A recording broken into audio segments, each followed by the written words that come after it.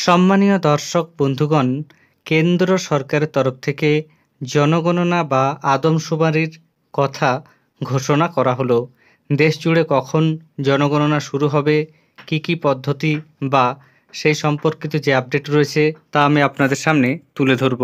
এর আগে অনুরোধ, চ্যানেলে নতুন হয়ে থাকলে ছোট্ট চ্যানেলটি সাবস্ক্রাইব করে নোটিফিকেশান অল করে রাখতে ভুলবেন না। 2011 সালের পর 2021 সালে জনগণনা হওয়ার কথা থাকলেও করোনা মহামারীর জন্য তা হয়ে ওঠেনি। তাই দীর্ঘদিন বিলম্বিত থাকার পর নতুন করে জনগণনার কাজ শুরু হচ্ছে। এবার জনগণনার সঙ্গে জাতিগত গণনাও করা হবে বলে খবর। জনগণনা চলাকালীন সমীক্ষা করতে আসা আধিকারিকরা বিভিন্ন ধরনের ডকুমেন্ট খতিয়ে দেখতে পারেন।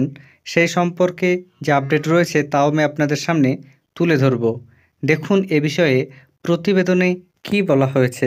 জাতের তথ্যসহ জনগণনা 27 মার্চে 29-এ বাড়তে পারে লোকসভার আসন।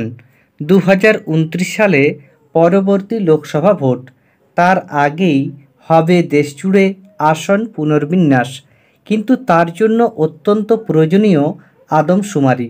বিরোধীদের দাবির কাছে মাথা নত করে সেই কাজ জাতভিত্তিক হবে বলে সিদ্ধান্ত নেয় কেন্দ্রীয় মন্ত্রিসভা।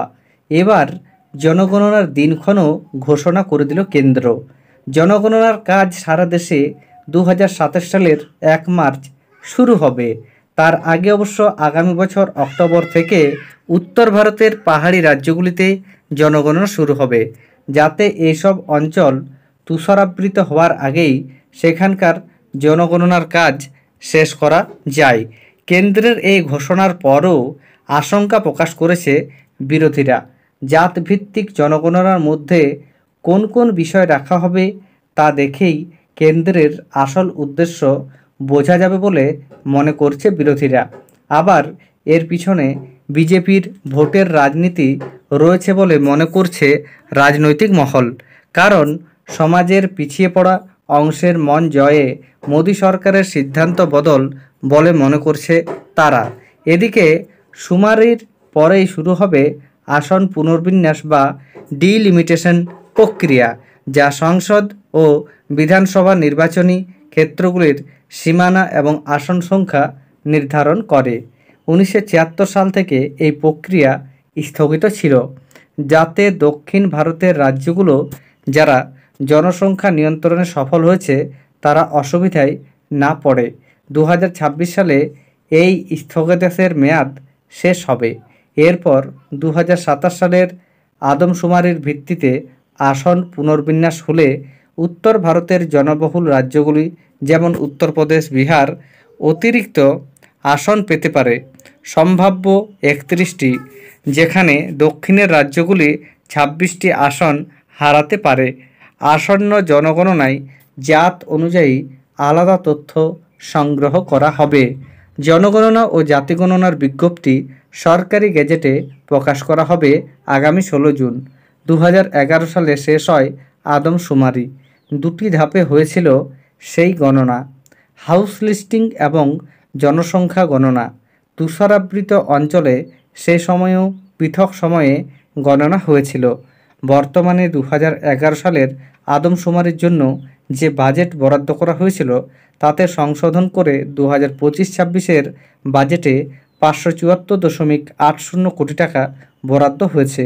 2020 সালে কোভিডের কারণে জনগণনা পিছিয়ে গিয়েছিল।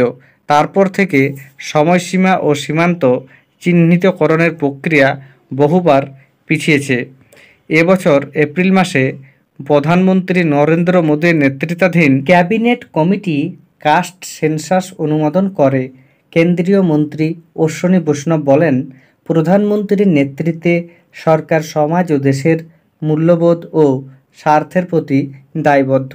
তাই আদমশুমারির সঙ্গে জাতভিত্তিক গণনার সিদ্ধান্ত নেওয়া হয়েছে। পূর্বে বিহার সরকার তাদের নিজস্বভাবে কাস্ট সেন্সাস চালিয়েছিল। তারপর থেকে কংগ্রেস সহ বিরোধী দলগুলি জাতভিত্তিক গণনার দাবি জোরদার করে।